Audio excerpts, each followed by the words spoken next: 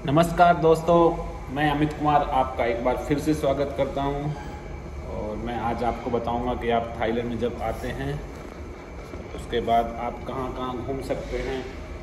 अगर आप दिल्ली से बैंकॉक आ रहे हैं तो ये हमारा वीडियो का आज मेन टॉपिक रहेगा कि जब आप पहली बार थाईलैंड आ रहे हैं, सिर्फ 2 दिन के लिए या 3 दिन के ट्रिप प्लान करके अगर आप यहाँ पे आ रहे हैं तो वो भी एक अच्छा चॉइस होती है घूमने के लिए। तो मैं आज आपको बताऊंगा कि आप जब बैंकॉक आते हैं तो आसपास क्या क्या है जहाँ पे आप घूम सकते हैं, अच्छी अच्छी जगहें जहाँ पे हैं। तो शुरुआत करते हैं।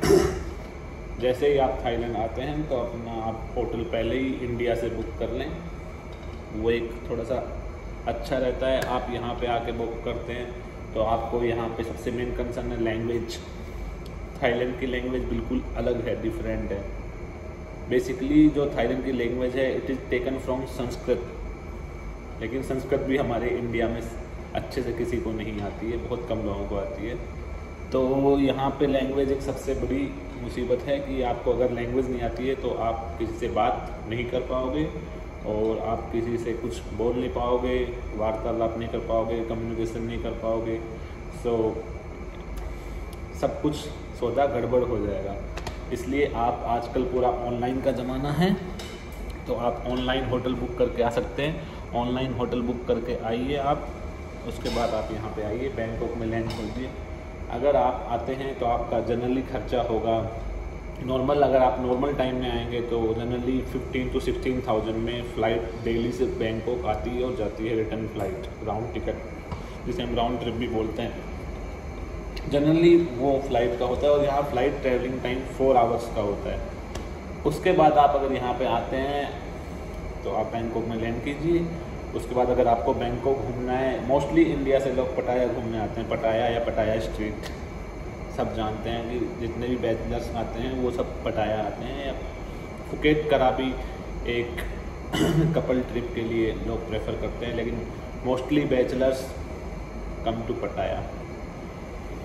तो पटाया आप जा सकते हैं बैंकॉक से, ये करीब करीब पड़ता है 120 किलोमीटर के अराउंड। और यहाँ से आप बाई टैक्सी जा सकते हैं एंड बाय बस, पब्लिक ट्रांसपोर्ट जा सकते हैं। और ये बहुत ही अच्छा हाईवे है बैंकॉक से पटाया का।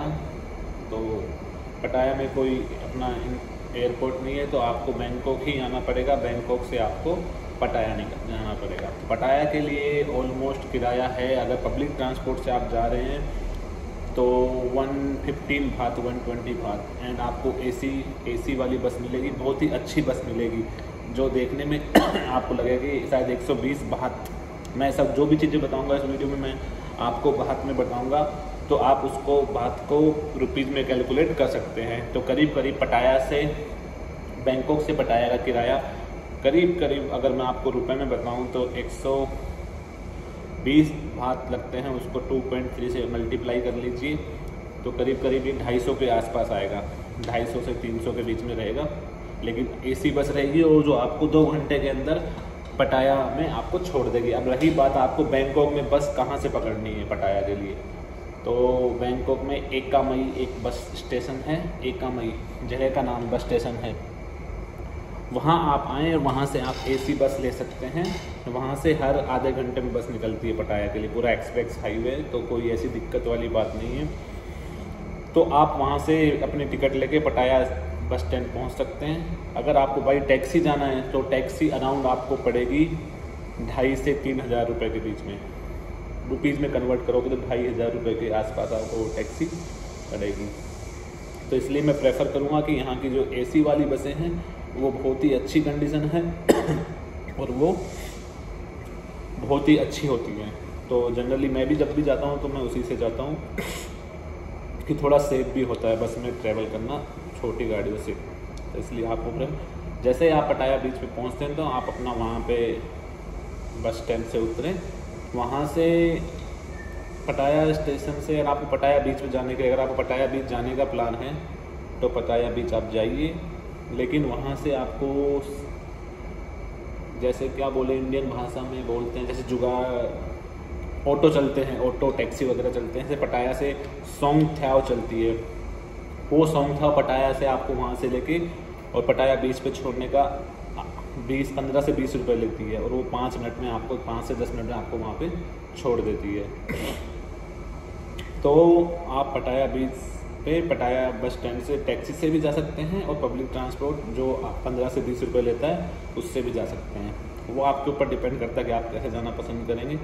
उसके बाद आप वहाँ पहुँच के पटाया बीच जो सब लोग जानते हैं, आपने फ़ोटो वगैरह देखी होंगी पटाया बीच की। पटाया बीच पे आप जाते हैं तो वहाँ पे आपको पूरा ऐसा लगेगा जैसे आप इंडिया में आ गए, दूसरे इंडिया में आप यहाँ पे आ गए। बिल्कुल सेम इंडिया जैसी फीलिंग आएंगे, सब इंडियन लोग दिखेंगे। यहाँ तक कि वहाँ के पुलिस वाले भी थाईलैंड के, वो भी हिंदी में बोलते हैं, चलो चलो आगे चलो। तो उनको भी हिंदी आती है, अब वो भी हिंदी जानने लग गए। तो ये हमारे लिए बहुत अच्छी बात है कि पटाया के लोग भी हिंदी बोलते हैं। 1-2 वर्ड बोल लेते हैं मतलब, तो आप हंसोगे और चौंक जाओगे कि ये हिंदी कैसे जानते हैं। आप पटाया बीच पे पहुँचिए, वहाँ पे आपको पूरा पटाया बीच पे जो सब पूरा मार्केट है बीच के ऊपर, तो वहाँ दुनिया भर के इंडियन रेस्टोरेंट्स मिलेंगे, थाई रेस्टोरेंट मिलेंगे एंड होटल्स हैं। तो वहाँ पे आपको तकरीबन एक रात का 1 नाइट स्टे 500 से 600 बात में मिल जाएगा। तो आप वहाँ पे भी पहुँच के रूम ले सकते हैं, इंडिया से भी बुक कर सकते हैं। तो आप पटाया पहुँचिए, वहाँ से 600-700 रुपये में आपको 600-700 बात बोल रहा हूँ मैं, रुपये में कन्वर्ट करोगे तो 1000-1200 रुपये में आपको आराम से घर मिल जाएगा। एक रात के लिए रूम मिल जाएगा। होटल बहुत सारे होटल्स हैं वहाँ पे। उसके बाद आती है बात खाने की। तो पटाया बीच पे दुनिया भर के इतने होटल हैं कि आपको लगेगा कि मैं इंडिया में ही तो नहीं आ गया वापस फ्लाइट से बैठ के। तो डरने की कोई बात नहीं है, घबराने की कोई बात नहीं है। जो वेजिटेरियन है वो वेजिटेरियन खाना खा सकते हैं, जो नॉन वेजिटेरियन है वो नॉन वेजिटेरियन खाना सकते हैं। और जो नॉन वेजिटेरियन है स्पेशली उनके लिए थाईलैंड एक स्वर्ग है, क्योंकि यहाँ पे पूरा थाईलैंड ही नॉन वेजिटेरियन है। Almost they eat sea food, वो सी फूड खाते हैं और नॉन वेजिटेरियन फूड खाते हैं। तो अगर जो नॉन वेजिटेरियन है उसको खाना बहुत ही सस्ता पड़ेगा, क्योंकि थाईलैंड का खाना बहुत सस्ता है, बहुत ही चीपर खाना है।